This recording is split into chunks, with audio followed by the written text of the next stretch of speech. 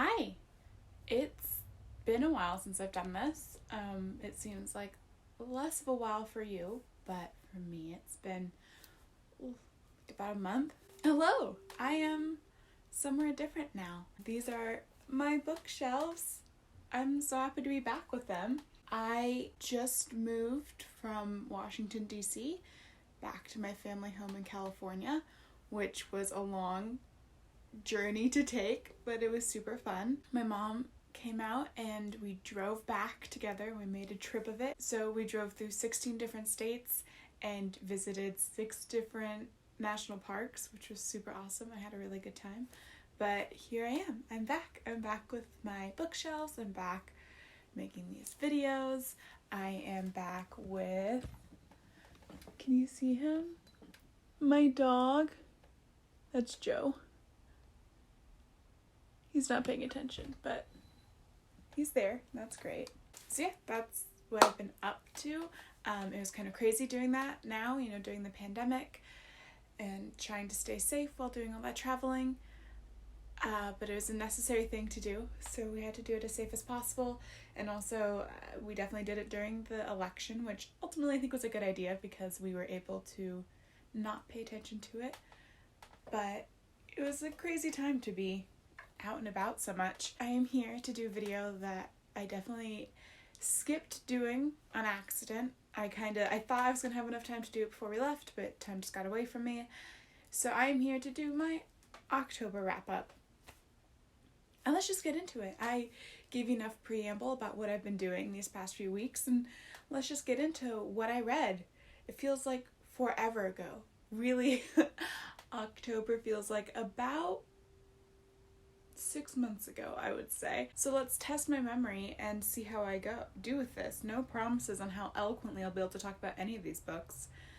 October was a weird month for multiple reasons. So I, was anticipating this big move, so I was trying to pack and kind of settle things and get everything sorted. I don't know, a lot of things felt weird, and I feel like my reading really echoed that. And you'll see I did not read much at all in October, and I felt weird about a lot of things that I read, so this will be an interesting wrap up, but let's get into it and we'll explain how my October went through that. So the first book I'm going to talk about is The Overstory by Richard Powers. So I've been talking about this a lot recently in different videos. I said that I really wanted to read it this fall, so I did that. Man, did this book put me in a reading slump. I don't know if I should really blame it on this book in particular. I feel like it was just kind of a weird month for reading no matter what, but I feel like it definitely correlated with having finished this book and a reading slump. It was weird to feel like that because I had spent so many months. Pretty much this whole year has been amazing reading for me, except for February where I didn't read a single book. Pretty much since the pandemic, I have been reading a whole bunch.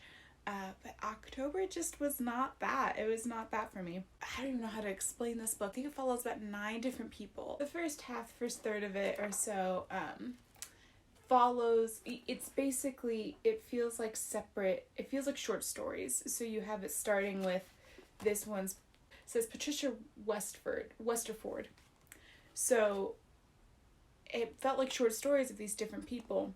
But then after about halfway in, a third of the way in, these storylines start to get intertangled and they start to overlap, and it's like this big spiral of stories. I didn't pay as much attention to the details about who the characters were at the beginning because I wasn't really sure how they connected, so it really felt like short stories.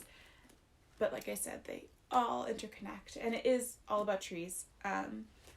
Even before the storylines themselves connect with each other and you have characters meeting each other, you can tell that each person has a connection to trees in some way, shape, or form, whether they study trees or whether there's a family tree that means a lot to them, that kind of thing.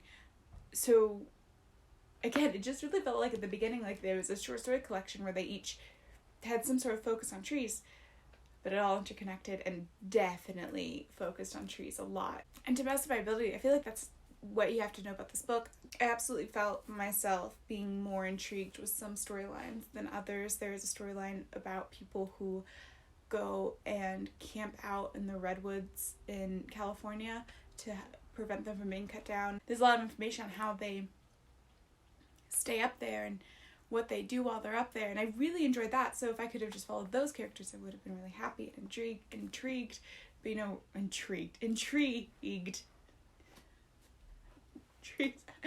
Okay, I haven't done this in a while, so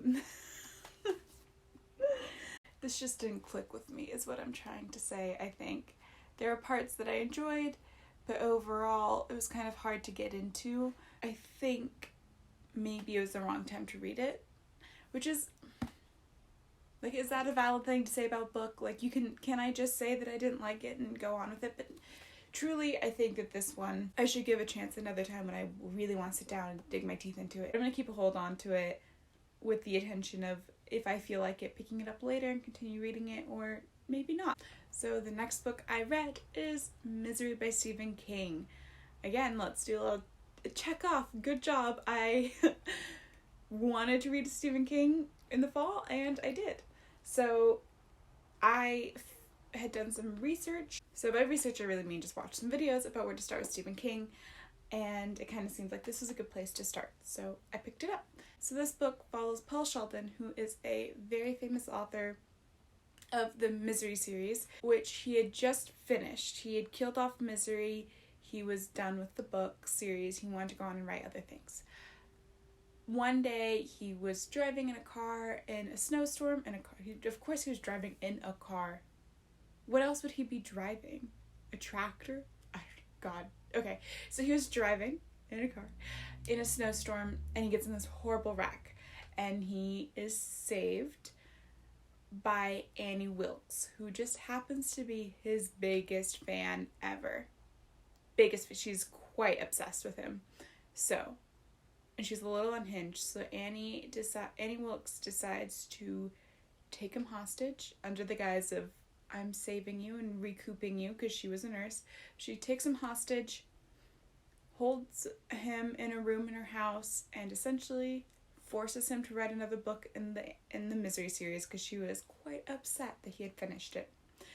So that's the setup for this book, and what the whole book is. I didn't love this. Let's say that.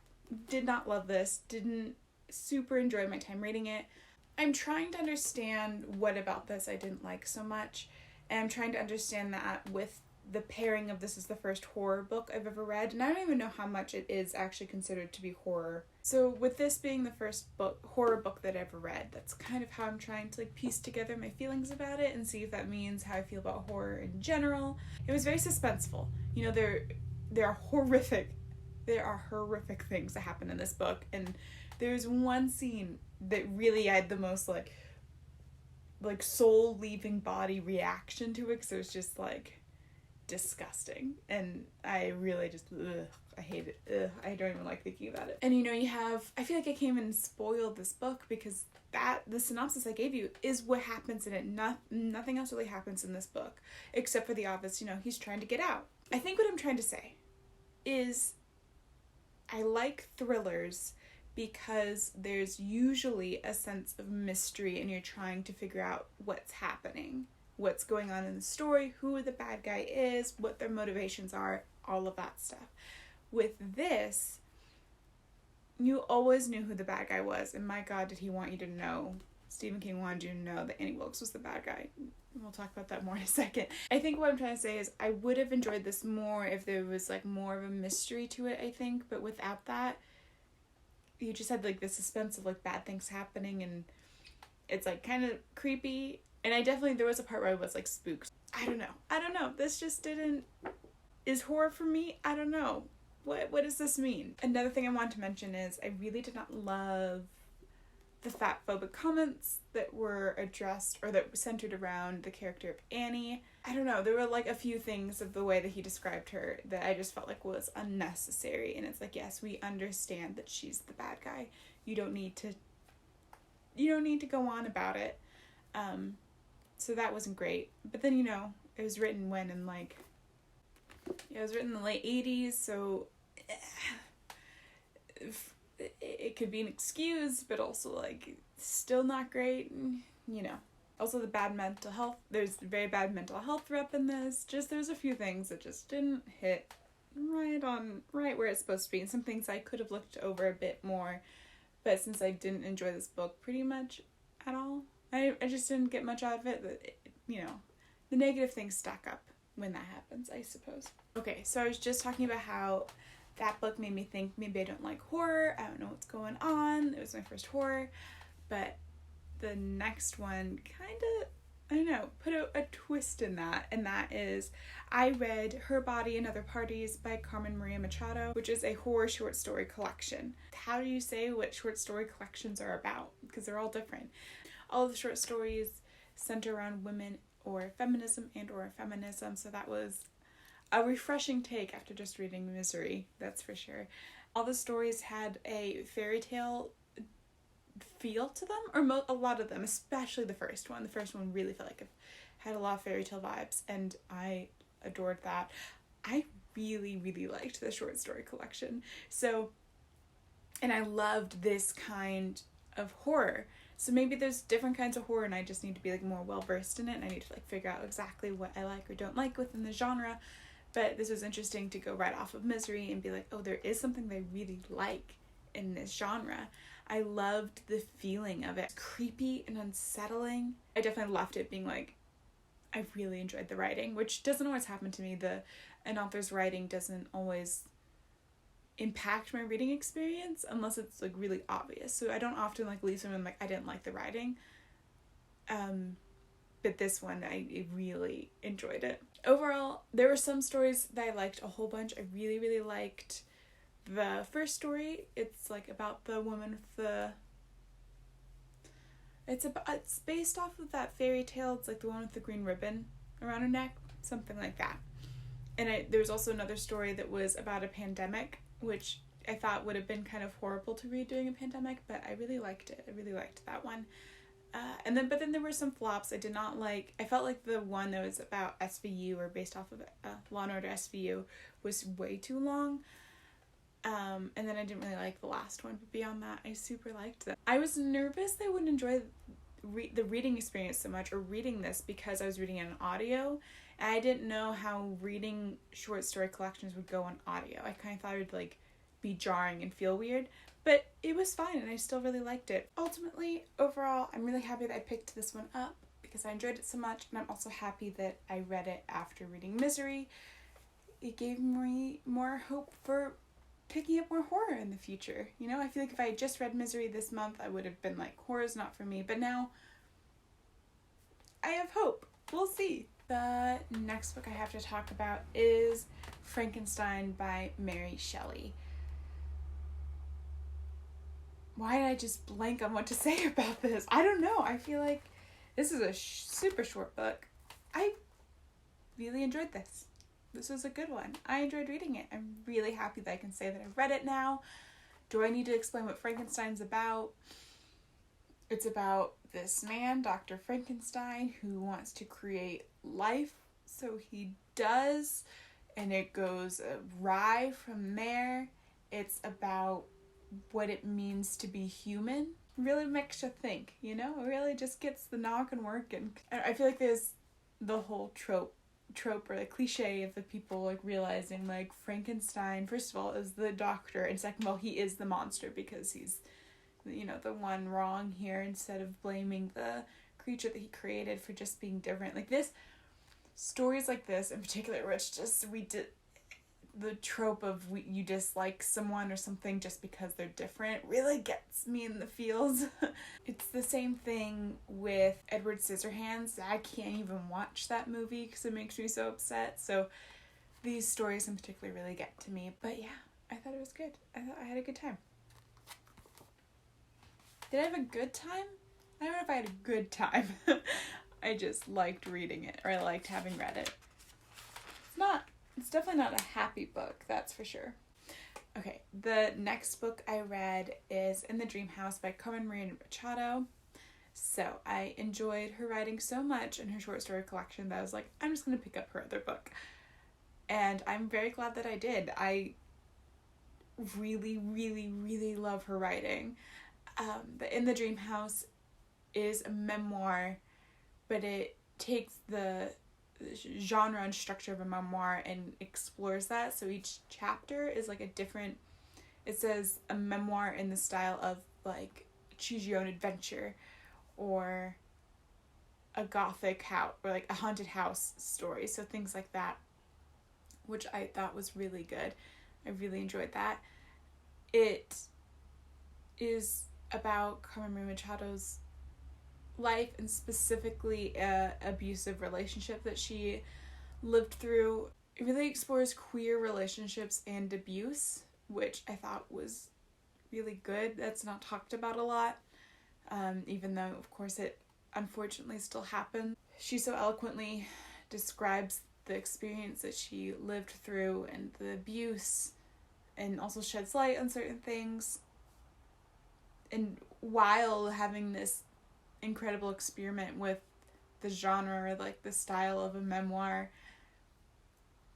I don't know, I really liked it. Well, again, liked it. I didn't like what was happening in the book, but got a lot out of it.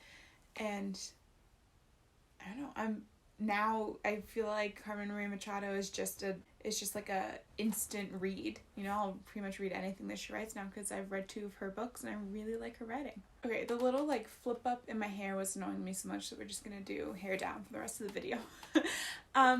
The next book I have to talk about is, I'm kind of cheating. So I got an audio, There She Went by Lisa Jewell, and I listened to the vast majority of it in October. I then took about a month break of reading it, and then I read it. I finished like the last 90% of the audiobook in mid-November, but I'm putting it in this wrap up because I read most of it in October, and it, at no fault of its own, did I stop reading it. It is a thriller, like I said.